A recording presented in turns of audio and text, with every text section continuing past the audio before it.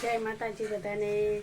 કેમ છો બધા? મજામાં બેસો? તો જો આજે તો આપણે નાયા નથી, ચા પાણી પીધા છે અને આપણે આ વિચાર્યું કે હવે આપણે લોંગ બ્લોગ પણ ચાલુ કરી.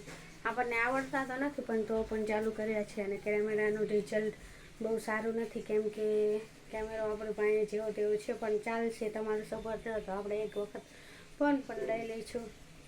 તો તન્વીને સુવડાવી દીધી અને હવે આપણે નાઈ લઈશું, કચરા પોતા પણ કરી વાળ્યા.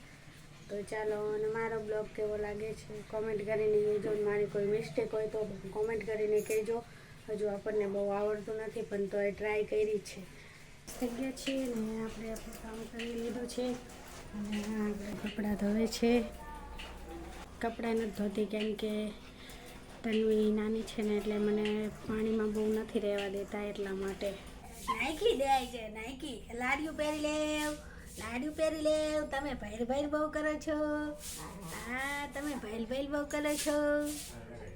હા, શું શું તારે વાતું કરવી? હા, તારે વાતું કરવી. શું ગણગણાવો છો તમે? શું ગણગણાવો છો? પી લઈ છે.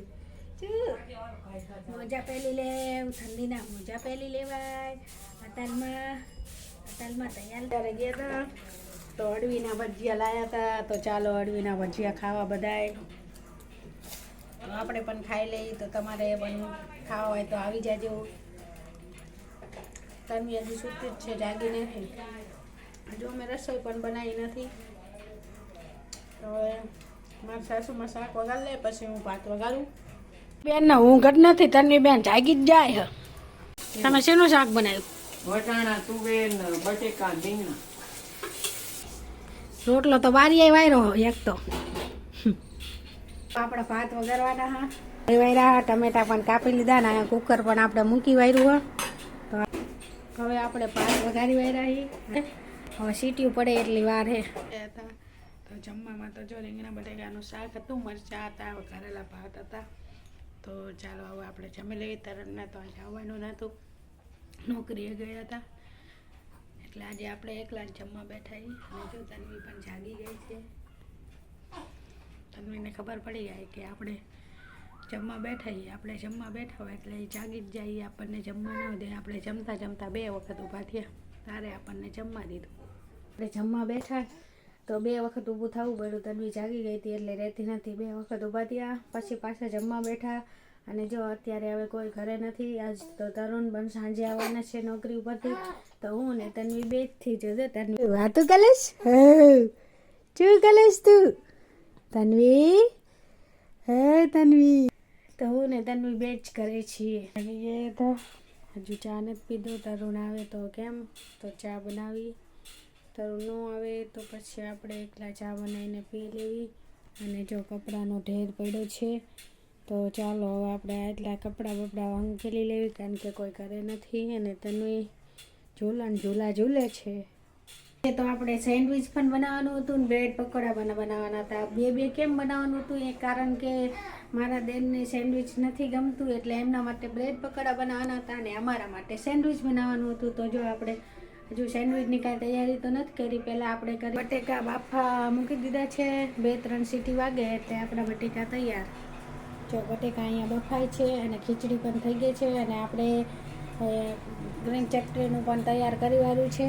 તો હવે આપણે ગ્રીન ચટણી બનાવવાની છે, ખાલી રસ જ કરવાની છે. અને એમાં શું નાખ્યું છે એ પણ હું તમને. ચાલો હવે સેન્ડવિચનું બધું તૈયાર થઈ ગયું છે ને હવે આપણે અહીંયા તેલ ચડાવવાનું છે. તેલ ચડાવી દેવી અને બ્રેડ પકોડા તળી વાળવી. તો ચાલો બ્રેડ પકોડા માટે શું તૈયાર કરી એ જોઈ લેજો. જો માવો પણ તૈયાર થઈ ગયો છે, ગ્રીન ચટણી પણ તૈયાર થઈ ગઈ છે, બેટર પણ તૈયાર થઈ ગયું છે, બ્રેડ પણ ભરી લીધા છે. તો બેટરમાં નાખ્યું હતું જીરું, સ્વાદ અનુસાર મરચું અને બસ જીરું ને સ્વાદ અનુસાર મરચું અને થોડીક હળદર, એટલું જ નાખ્યું હતું બેટરમાં. અને ગ્રીન ચટણીમાં લીલા ધાણા, પછી સિંગ, પછી લીલી લસણ. તમે લીલી લસણ નાખો કે નહીં, મને તો ગમે એટલે હું થોડીક નાખું. પછી થોડુંક સ્વાદ અનુસાર મીઠું પણ નાખવું ને ખાંડ પણ નાખું. તમે નાખો કે નહીં મને નહીં ખબર, પણ હું તો એવું બધું નાખીને જ ગ્રીન ચટણી બનાવું છું. તો ચાલો હવે આપણે બ્રેડ પકોડા તળી લઈશું. જો પછી આપણે જમી પણ લીધું હતું અને જો આપણે જમવાનો વિડીયો એટલે માટે ન લીધો કારણ કે તન્વી રહીને અહીં આપણને જમવા નથી દેતી અને આપણે પહેલાં જમવા બેસી જવું પડે છે ભાઈ બધાને. જો હવે તન્વી રાતે 12 સાડા 12 લગીશું પૂછે જ નહીં અને આવી રીતે લઈને ફર કરવાનું તો રહે નકે ન રહે, એટલા માટે આપણે પછી વિડીયો બનાવ્યો નહીં. તો મારો વિડીયો સારો લાગ્યો હોય તો લાઈક કોમેન્ટ સબસ્ક્રાઈબ કરજો. અને મેં પહેલી વખત લોંગ બ્લોગ બનાવ્યો હતો તો તમને બધાને કેવું લાગ્યું કોમેન્ટ કરીને કહેજો. અને મારી કંઈ ભૂલ હોય તો એ પણ કોમેન્ટ કરીને કહેજો. તો બધાને જય માતાજી, ગુડ નાઇટ.